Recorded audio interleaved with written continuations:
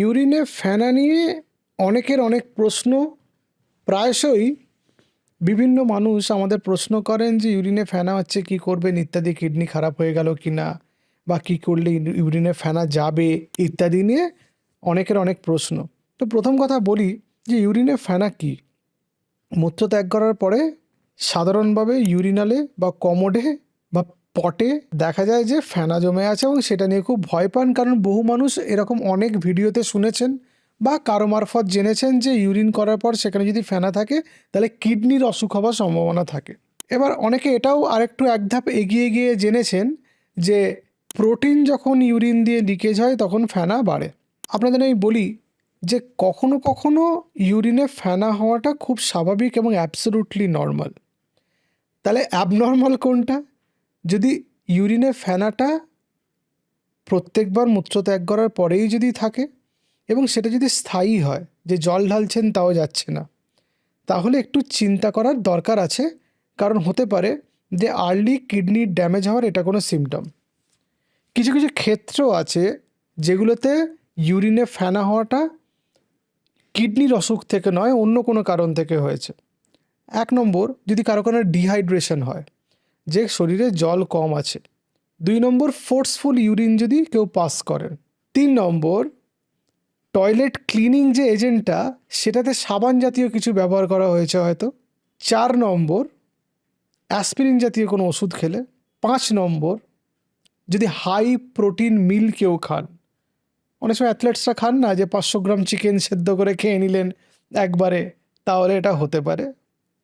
আর 6 নম্বর, heavy exercise করার পর ইউরিনে ফেনা আসতে পারে, সেটা স্বাভাবিক। তাহলে কখন আমরা চিন্তা করব? যে ক্ষেত্রগুলো বললাম সেই ক্ষেত্রগুলোতেও যদি দেখা যায় বহুদিন ধরে স্থায়িত্ব লাভ করছে, তাহলে আমাদের চিন্তা করতে হবে। যদি ইউরিনের ফেনাটা খুব বেশি হয়, একদম সাবানের ফেনার মতো, তাহলে চিন্তা করার দরকার আছে। যদি ইউরিনে ফেনার সঙ্গে আমাদের মুখ ফোলে বা চোখের চারপাশে যদি ফোলে অথবা পা ফোলে, তাহলে চিন্তা করার ব্যাপার আছে। কারো যদি ডায়াবেটিস থাকে বা উচ্চ রক্তচাপ থাকে, তার যদি ইউরিনে ফেনা হয় তাহলে চিন্তা করার ব্যাপার আছে। কারো যদি কিডনির অসুখের একটা ইতিহাস থাকে অথবা পরিবারে কিডনির অসুখের ইতিহাস থাকে, তাহলে চিন্তা করতে হবে আমাদের। কারো যদি আনএক্সপ্লেনড লেথার্জি বা জানেন না কী কারণে দুর্বল লাগছে সেরকম যদি হয়, অথবা মূত্র ত্যাগ করার পরিমাণ যদি কমে যায়, তাহলে আমাদের চিন্তা করতে হবে। অথবা পুরো বডি যদি ফুলতে থাকে, তাহলে আমাদের চিন্তা করতে হবে।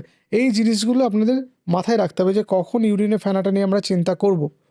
ইউরিনে ফেনা হওয়াটার মেন কনসার্ন হচ্ছে প্রোটিন ইউরিয়া, যে ইউরিনে প্রোটিন লিকেজ হচ্ছে কি না। যদি ইউরিনে প্রোটিন লিকেজ হয় তাহলে সেটা সিগনিফিক্যান্ট প্রোটিন ইউরিয়া কিনা সেটা আমাদের জানতে হবে, এবং সেটার জন্য আমাদের চিন্তা করতে হবে। যদি দেখা যায় যে ইউরিন অ্যালবুমিন ক্রিয়াটিনিন রেশিও <30, তাহলে চিন্তা করার কিছু নেই। এই যে ইউরিনে প্রোটিন বেরোচ্ছে সেটার সাধারণ কারণগুলো কি কি? 1 নম্বর, ডায়াবেটিস মেলিটাস। 2 নম্বর, ব্লাড প্রেশারের অসুখ। 3 নম্বর, নেফ্রোটিক সিনড্রোম। 4 নম্বর, গ্লোমেরুলোনেফ্রাইটিস। আর 5 নম্বর হচ্ছে ক্রনিক কিডনি ডিজিজ। এগুলো চিন্তার মধ্যে বা আমাদের কনসিডারেশনের মধ্যে রাখতে হবে যে এই কারণগুলোতে আমার ইউরিনে প্রোটিন বেরোতে পারে কিডনি ড্যামেজ হয়ে। তাহলে কি পরীক্ষা করবেন? প্রথমে যে ইউরিনের একবার ফেনা দেখলেন দৌড়ে গিয়ে পরীক্ষা করার দরকার নেই। ইউরিনের ফেনাটা বেশ কয়েকদিন ধরে হচ্ছে, আপনি খেয়াল করছেন, তাহলে করবেন একটা ইউরিনের রুটিন এক্সামিনেশন করবেন, একটা ইউরিনে অ্যালবুমিন ক্রিয়াটিনিন রেশিও টেস্ট করবেন, একটা রক্তের ইউরিয়া ক্রিয়াটিনিন টেস্ট করতে হবে।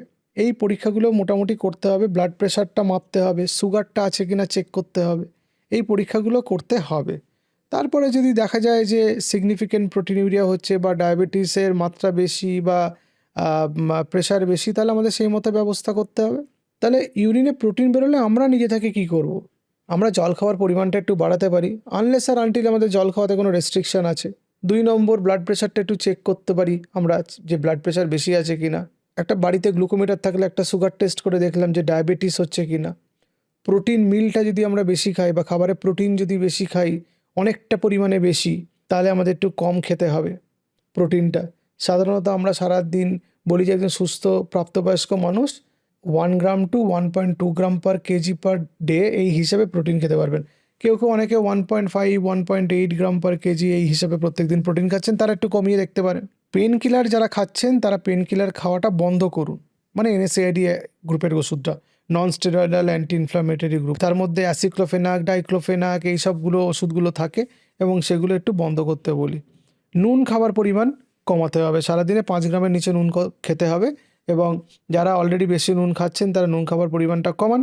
আর হাই প্রোটিন সাপ্লিমেন্টস যারা খাচ্ছেন তারা কিন্তু একটু সাবধান হয়ে যান। প্রোটিন সাপ্লিমেন্টস কিন্তু সবার প্রয়োজন না। প্রোটিন সাপ্লিমেন্ট খেলেই যে আপনার খুব সুন্দর মাসল হয়ে যাবে, দারুণ দেখতে হয়ে যাবেন, ব্যাপারটা তা নয় কিন্তু। সেটা বিপদও ডেকে আনতে পারে, অনেক সময় সেটা বহু পেশেন্টদের ক্ষেত্রে আমরা দেখেছি। কারা এই প্রোটিনিউরিয়ার হাই রিস্ক গ্রুপ? 5টা ইম্পর্টেন্ট জায়গা বলবো। একটা হচ্ছে ডায়াবেটিস, আপনারা জেনে গেছেন। 2 নম্বর হাইপারটেনশন, মানে আপনারা জেনে গেছেন। 3 নম্বর ফ্যামিলি হিস্ট্রি, পারিবারিক ইতিহাস থাকলে। 4 নম্বর ওবেসিটি, আর 5 নম্বর ইনসুলিন রেজিস্ট্যান্স। তখনও ডায়াবেটিস হয়নি কিন্তু বডিতে ইনসুলিন রেজিস্ট্যান্স শুরু হয়েছে, হোমা আইআর টেস্ট করে আপনি দেখে নিয়েছেন যে 2-এর ওপরে আছে, সেটা আপনি দেখে নিয়েছেন, তাহলে আপনি ধরে নেবেন যে আপনার সেই ক্ষেত্রে হওয়ার চান্স বেশি, প্রোটিনিউরিয়া বা কিডনি ড্যামেজ হওয়ার চান্স বেশি। সুগার বাড়েনি কিন্তু বডিতে ইনফ্লামেশন চলছে, ইনসুলিন রেজিস্ট্যান্স চলছে, তার জন্য কিডনি ড্যামেজ হতে পারে। সেই জন্য আপনাকে সচেতন হয়ে যেতে হবে। এমার্জেন্সি কখন? এমার্জেন্সি হচ্ছে যদি ইউরিন আউটপুট কমে যায়, যদি ব্লাড প্রেশার খুব বেড়ে যায়, যদি শরীর ফুলে যায়, চোখ মুখ ফুলে গেছে, পা ফুলে গেছে, আর যদি শ্বাসকষ্ট হয়, এগুলো হচ্ছে এমার্জেন্সি। এই সিচুয়েশানগুলোতে হাসপাতালে যেতে হবে। ডাক্তারবাবু চেম্বারে গিয়ে কয়েকটা ওষুধ লিখিয়ে নিয়ে সেটা চিকিৎসা করতে গেলে বিপদ হতে পারে, কারণ কয়েকটা পরীক্ষা নিরীক্ষা আরও করতে হতে পারে এবং আপনাকে এমার্জেন্সি কিছু ইন্ট্রাভেনাস মেডিকেশান বা আরও কিছু পরীক্ষা নিরীক্ষা করে একটু অবজারভেশনে রাখতে হতে পারে। তাহলে ফাইনাল মেসেজ কি? ফাইনাল মেসেজ হচ্ছে ইউরিনের ফেনা হলে সবসময় চিন্তা করার কোনো কারণ নেই। কিছু কিছু ক্ষেত্রে চিন্তা করার কারণ আছে, যেখানে আপনি পরীক্ষা করে দেখে নিয়েছেন ইউরিনে প্রোটিন বেরোচ্ছে। ডায়াবেটিস, উচ্চ রক্তচাপ যাদের আছে তারা সাবধানে থাকবেন, ডায়াবেটিসকে নিয়ন্ত্রণ করবেন, উচ্চ রক্তচাপকে নিয়ন্ত্রণ করবেন। যারা পারিবারিক ইতিহাস আছে কিডনি খারাপ হওয়ার, তারা মাঝে মাঝে কয়েকটা পরীক্ষা নিরীক্ষা করে দেখে নেবেন কিডনি ঠিক আছে কিনা। যাদের ওজন বেশি তারা ওজন কমানোর চেষ্টা করবেন।